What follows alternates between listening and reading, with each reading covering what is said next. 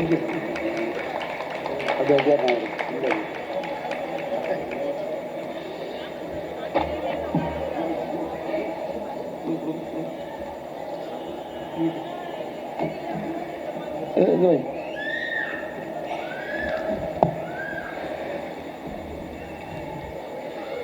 எல்லாருக்கும் வணக்கம்.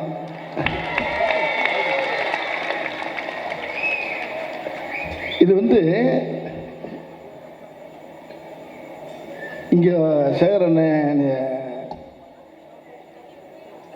என்னை அழைக்கும் போது எனக்கு ஒன்றும் புரியலை.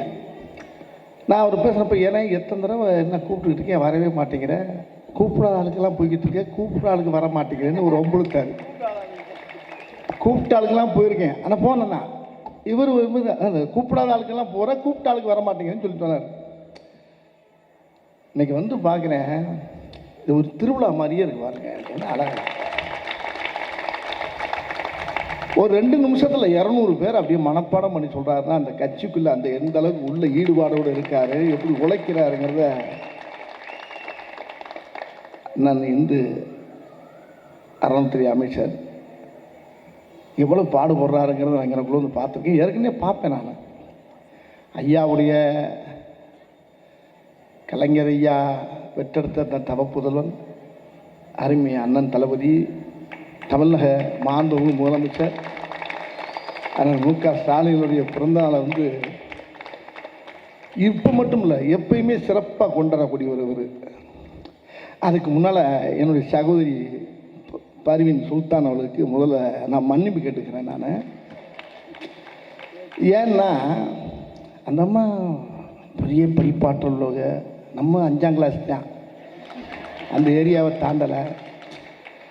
அதை நம்ம வீட்டில் போய் திருப்பி ரெக்கார்ட் பண்ணி போட்டு பார்த்தா தான் உள்ளே என்னன்றதை கண்டுபிடிக்க முடியும் நம்மளால். அந்தளவுக்கு ஒரு ஆற்றல், அறிவு, பெரிய சிந்தனையாளர் அவங்க. நேற்று இரவு கூட அவங்களுடைய இதை பூரா பார்த்துக்கிட்டே இருப்பேன். அப்பப்போ நல்லா பேசுவாங்க. அப்போ பேசும்போது தன்னுடைய மகனுக்கு ஒரு அறிவுரை சொன்னதாக பேசுகிறாங்க. இந்த கூட்டத்திலேருந்து வர்றப்ப முகம் தெரியுது, பேர் மறந்து போச்சு. அதில் ஒரு வார்த்தை ஒன்று சொல்லுவாங்க. மகன் கேட்டாராம், அம்மா எப்பயுமே 23 வயசாக அவருக்கு, என்ன உன் கண்ட்ரோல்லே என்னை வச்சுருக்கியம்மா, நியாயமானு கேட்டாராம். அது இல்லைப்பா, நீ கல்யாணம் ஆகி எல்லாம் பெரிய ஆகி உனக்குன்னு ஒரு தனித்தன்மை வந்ததுனால நீ யாருன்னு காட்டிக்க, அது வரைக்கும் அம்மா பேச்ச கொஞ்சம் கேளுப்பா அப்படின்னு அவங்க பேசுனது எனக்கு நேற்று நைட்டு மைண்டில் அப்படி நின்றுச்சு. இந்த கருமம் அந்த மூளை மறந்து போச்சு. மேலே வந்தோடனே உங்கள் பேர் என்னன்னு கேட்டு தொலைஞ்சிட்டேன். இது வரலாறை விட பெரிய தகராறாக இருக்கும் போல் இருக்குது. ஐயா பிறந்த நாள் அன்னைக்கு, முதலமைச்சருடைய பிறந்த அன்னைக்கு இது பெரிய பஞ்சாயத்து ஆயிரும் போல் இருக்குன்னு எனக்கு லேசாக குடலை பிரட்டிச்சு. அப்போ கூட பாருங்க, என்னுடைய பெயர் பர்வீன் சுல்தான், என்னுடைய படிப்பு ஆஹா ஓஹோ ஈஹி ஆ ரைட்டு, நான் எழுதிக்கிறேன்னா அங்கே எழுதக்கூடாது, இங்கே எழுதணும். அது அங்கே கூட அது கரெக்டு தானே, பார்த்தீங்களா? இங்கே எழுதுனா அது வேற மாதிரி காதல் ஆயிரும்ல, அது தப்பாயிரும். இங்கே எழுதுனா தான் மூளை. வாத்தியார்ல பேசலை, பாடமே நடத்திட்டு போயிருக்காங்க பாருங்க. எவ்வளோ பெரிய சிந்தனையாளர், எவ்வளோ அறிவாளரை கொண்டாந்து வச்சுருக்காங்க. உண்மையிலே மன்னிச்சுங்க சகோதரி அவர்களே, இனிமேல் இந்த பேரை மறக்க மாட்டேன். நான் இப்போ பேர் ஞாபகம் இருக்குது. இந்த வர்ற பாதையில் பூரா எல்லாம் போகிறாங்க. அங்கே வேற போயிட்டு வந்தோன்னா தலைவரை போய் பார்த்தாங்க அவருடைய. அதே மாதிரி எங்கள் ஐயா எஸ்பி பெரிய தமிழ் திரையுலகத்துக்கு கிடந்த ஒரு பெரிய சொக்கத்தங்க. அவர்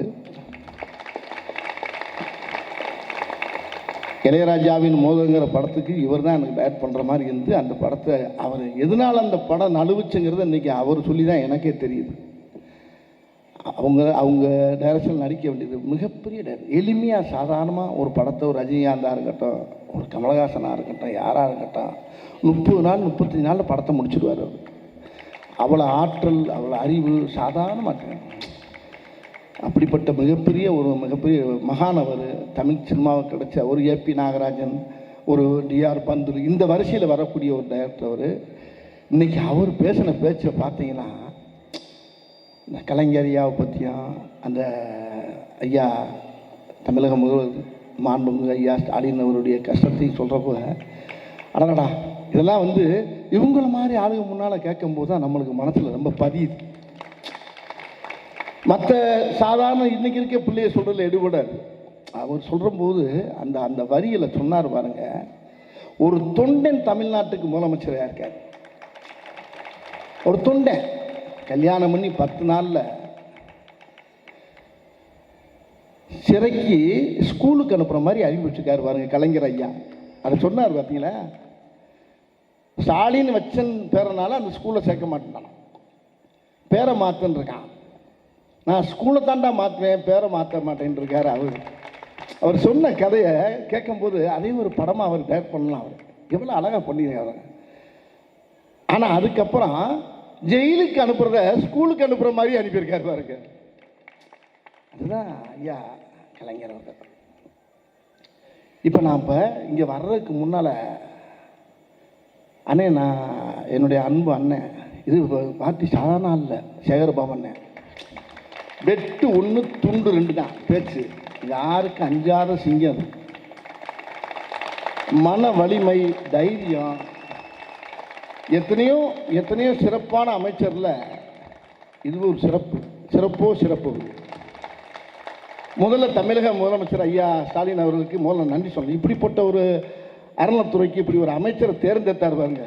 அடடா, எல்லா கோயிலையும் விளக்கெறிதியா, அவ்வளோ கோயில் அப்படி பிரகாசமாக இருக்குது, இந்த மாதிரி இருக்குது, ஜெகஜோதியா இருக்கு. அவ்வளோ அழகாக அந்த ஒவ்வொரு கோயில்களையும் அவ்வளோ அழகாக அவர் எனக்கு கூட ஒரு பெரிய ஒரு விஷயம் பண்ணி கொடுத்தாரு. அது எனக்குன்னு சொல்ல முடியாது, எத்தனையோ கோயில் சுற்றி பூரா ஆட்டையை போட்டு போகிறாங்க. ஏன் கோயில் எனக்கு குலதெய்வம், ஆனால் காட்டு பரமக்குடின்னு ஒரு கோயில். அந்த கோயிலில் ஒரு ஐயனார், என்னுடைய சாமி வந்து திருவேற்றுடைய ஐயனார் கருப்பு சாமி. அந்த கோயிலில் கிட்டத்தட்ட ஒரு 23-24 ஏக்கர் ஆட்டையை போட்டு அவன் பூரா எல்லாம் கொய்யா ஐயாலாம் போட்டுக்கிட்டு இருக்கான். அந்த மேட்ரு வந்து சொன்னல, முதல்ல பேப்பரை கொடுப்ப இப்போ பாருப்பா கொஞ்ச நேரத்தில் எப்படி முடியும் அப்படின்னு நான் ஒன்றே ஊர்லேருந்து அந்த கோயில் பூசாரி பாக்கியராஜன் ஒருத்தர், அந்த ஊர் சொந்தக்காரர் முனிராஜன் ஒருத்தர், அந்த கோயில் அந்த ஊருக்கே பொறுப்பு, அந்த ஊர் கோயில் அது. உடனே அண்ணன்ட்ட கொண்டாந்து சீட்டை தான் கொடுத்தேன். கப்புன்னு காலையில் ஆள் அனுப்புனாரு, வாங்கி கொடுத்துட்டாரு. இங்கே சுயநலத்துக்காண்டி நான் பேசலை. இது மாதிரி எத்தனையோ கோயில் சுத்த ஆட்டையை போட்ட இடத்த பூரா வாங்கி அதை அழகாக அந்த அறத்தில் சேர்த்து எல்லாம் ரொம்ப பேர் மனசை சந்தோஷப்படுத்தியிருக்காரு. உண்மையிலே ஒரு அருமையான ஒரு தேர்வு. ஒரு தமிழக முதலமைச்சர் கரெக்டாக கண்டுபிடிச்சி தூக்கி வச்சிருக்காரு. இதுக்கு முன்னால் அறநிலைத்துறையெல்லாம் அதெல்லாம் இங்கே அப்படி இல்லை, ஸ்ட்ரெயிட்டாக தான். இப்போ கொஞ்ச நேரத்துக்கு முன்னால் இங்கே போனேங்க, கலைஞர் ஐயாவுடைய மணிமண்டலத்துக்கு போகிறதுக்கு முன்னால் சொன்னேன், ஆனால் அங்கே போயிட்டு நான் இங்கே வரவான்னு கேட்டேன். வாண்ணே, நீ பாட்டுக்கு வா, அங்கே வா, அங்கே ஆள் போட்டிருக்கேன், நீ போய் உள்ளே போயிட்டு பந்தோசம் நிறையா கொடுத்தாங்க. உள்ளே போனே கூட்டத்தை கட்டுப்படுத்த முடியல. உள்ளே போகிறேங்க, அது சமாதி இல்லைங்க, அது சந்நிதி. திமுக தொண்டன் ஒவ்வொருத்தனுக்கும் அது வந்து ஒரு குலதெய்வ கோயில்.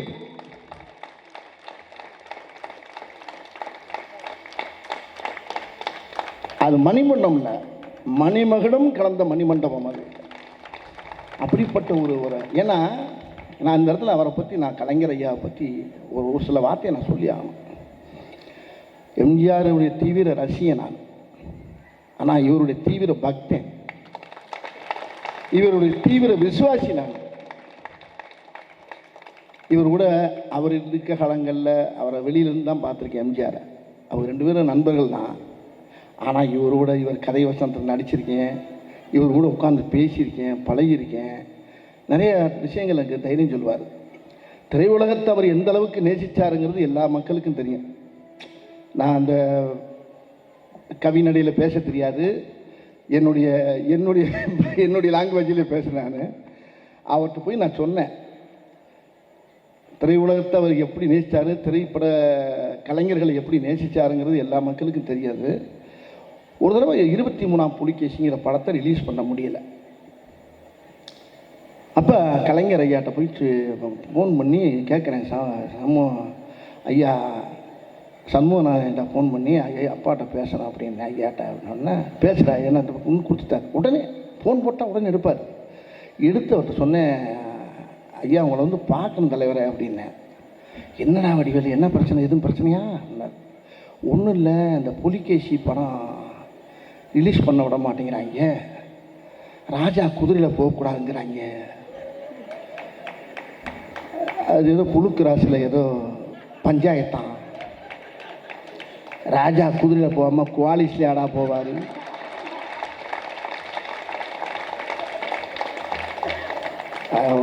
தலைவர் தெரியாமல்ல உங்களுக்கு தெரியுமே, தெரியும் வா இங்கே சொன்னார். ஒன்று அந்த படத்துடைய தயாரிப்பாளரை கூட்டிகிட்டு அவர் என்கிட்ட சொல்கிறார், தயாரிப்பாளர் 23ஆம் புலிகேசி படத்துடைய தயாரிப்பாளர் என்கிட்ட சொல்கிறார். நான் போனேன், 7 நிமிஷம் தான் டைம் கொடுத்தார். 22 நிமிஷம் அவர் இதுக்காண்டி பேசுகிறாரு. சமூகநாதா அந்த ராஜாவுக்கு போடியா அப்படின்னாரு. நம்ம ராஜாவுக்கு போட சொன்னார். அவர் போட்டவுடனே ஏயோ ராஜா குதிரையில் போகக்கூடாதுங்கிறாங்களாம் இல்லையா, அது என்னன்னு பார்த்து உடனே இது போகிற மாதிரி ஏற்பாடு பண்ணியா குதிரையில்ண்டாரு. நீ ராஜா தானே என்று அவரை கலாய்க்கிறார். வச்சுட்டு அதுக்கப்புறமா சொல்கிறார், இப்படி தான்யா ஓ எம்ஜிஆர் அப்படின்னாரு. என்னைய சின்ன ஒரு வகுத்த கலைக்கிடுச்சு எனக்கு. ஓ எம்ஜிஆரா, ஓ எம்ஜிஆர் படத்தை அந்த காஞ்சி தலைவர் எழுதுனப்போ இப்படி தான்யா புலிகேசியில் ஒரு பஞ்சாயத்து வந்துச்சு, அப்போ கூட அதில் புலிகேசி மன்னனாக வருவார் எம்ஜிஆர், அது என்னால் பண்ண முடியலை, அப்புறம் அதை தூக்கிட்டோம், அதுக்கப்புறம் இந்த மேட்ரு கண்டிப்பாக இந்த படம் ரிலீஸ் ஆகிடும் அப்படின்னு சொல்லி எங்களுக்கு தைரியம் கொடுத்து ஒரு வாரத்தில் அந்த படத்தை ரிலீஸ் பண்ண வச்சது 23ஆம் புலிகேசி. இம்சையரசன் 23ஆம் புலிகேசியை ரிலீஸ் பண்ண வச்சது ஐயா டாக்டர் கலைஞர் அவர்கள். அவர் பண்ணலைன்னா அது மார்ச்சரிக்கு போயிருக்கோம்,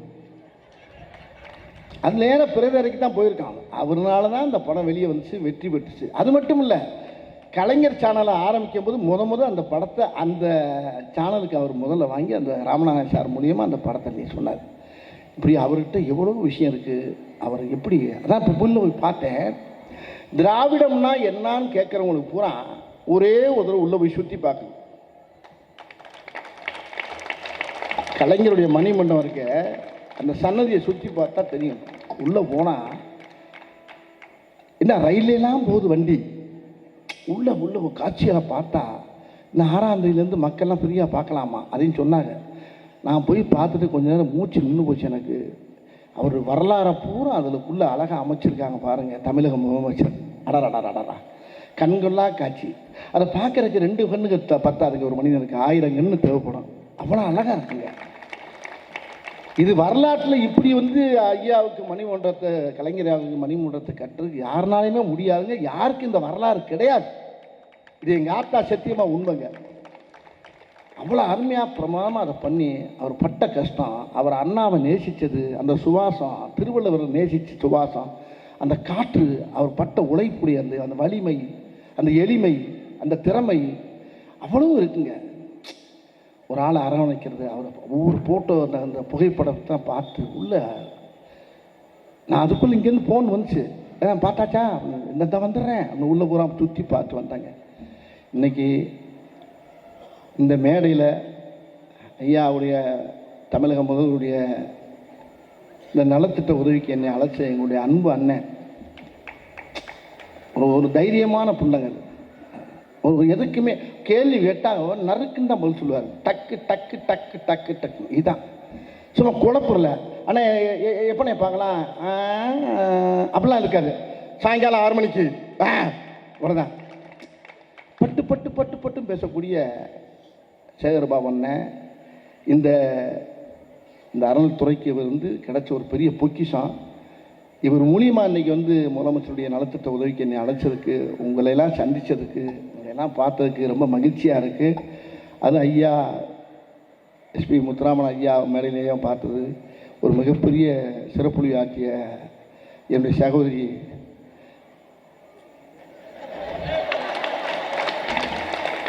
சுல்தான் அவர்களுக்கும் அங்கே கூட ஜர்க்கிலே இருக்கு. ஏதாவது பேசி மிகப்பெரிய அவங்களுடைய பேச்செல்லாம் ரொம்ப ரசிப்பேன் நான். ஏன்னா நம்ம கட்சியில் பேசுறதுக்கா முடியும், எப்படி ஒவ்வொரு வரலாறையும் புட்டு புட்டு வைக்கக்கூடிய ஆள். அப்படிப்பட்ட எல்லாரையும் உங்களை சந்திச்சது, இங்கே இருக்க மக்களை பூரா சந்திச்சது பெருமையாக இருக்குது. இந்த இரவு வந்து எனக்கு பெரிய ஒரு நட்சத்திர உறவு மாதிரியே இருக்குது எனக்கு. ஐயா பல்லாண்டு பல்லாண்டி தமிழக முதலமைச்சர் நீடோடி வாழணும். அவருடைய பிள்ளை இருக்க பாருங்க, மாமன்னன் சொன்னாங்களே, அருமை அண்ணன், அருமை சகோதர விளையாட்டுத்துறை அமைச்சர் உதயநிதி. அது விளையாட்டு பிள்ளையாக இருந்தாலும் அது விளையாட்டாக இருந்தாலும் அலாட்டாக இருக்கும். ரொம்ப ரொம்ப பயங்கரமான ஆள். அவர்கிட்டெல்லாம் பேசியெல்லாம் தப்பிக்க முடியாது. அவன் 1000 பேச்சு பேசுவான், ஒரே வார்த்தையில் ஒரு பதில் சுட்டி பெறுவார்.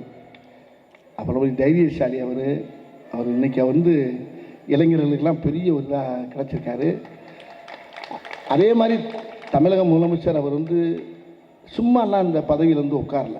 அவர் ஐயா எஸ்பி ஐயா சொன்ன மாதிரி உடம்புல வடுவுகள் 10 நாளில் ஜெயிலுக்கு கொண்டு போய் சித்திரவதை பண்ணி மிஷாவில் போட்டு கசைக்கு பிழிஞ்சு தான் வந்து வெளியே வந்தார். அப்படி கஷ்டப்பட்டு உழைச்சவர் தான் இன்றைக்கி நம்ம தமிழ்நாட்டுக்கு முதலமைச்சராக இருக்கார். அவருக்கு தோல்வியே வராதுங்க. நீங்கள் அவர் எப்பயுமே அவர் வெற்றி முகத்தை தான் நம்ம பார்ப்போமே தவிர தோல்வி முகத்தை நம்ம பார்க்க மாட்டோம், பார்க்க முடியாது. அந்த அளவுக்கு மக்கள் மத்தியில் ஒரு சிறப்பான ஒரு முதலமைச்சர் நம்மளுக்கு கிடைச்சிருக்காரு. அவர் நீடோடி பல்லாண்டு பல்லாண்டு வாழணும்னு என்னுடைய குலதெய்வ ஐயனாரை நான் வேண்டிக்கிறேன். எல்லாருக்கும் வணக்கம். உங்களோட சந்திச்சதுக்கு ரொம்ப நன்றி நன்றி நன்றி நன்றி. மீண்டும் சந்திக்கிறேன். அப்படியே ஓடுறதுக்கு ரெடியாக இருக்கீங்க? இல்லை நன்றியை மரியாதைக்குரிய வட்டக்கழகத்தின் செயலாளர் பொன்முடி அவர்கள் நன்றி உரையாற்றுவார்.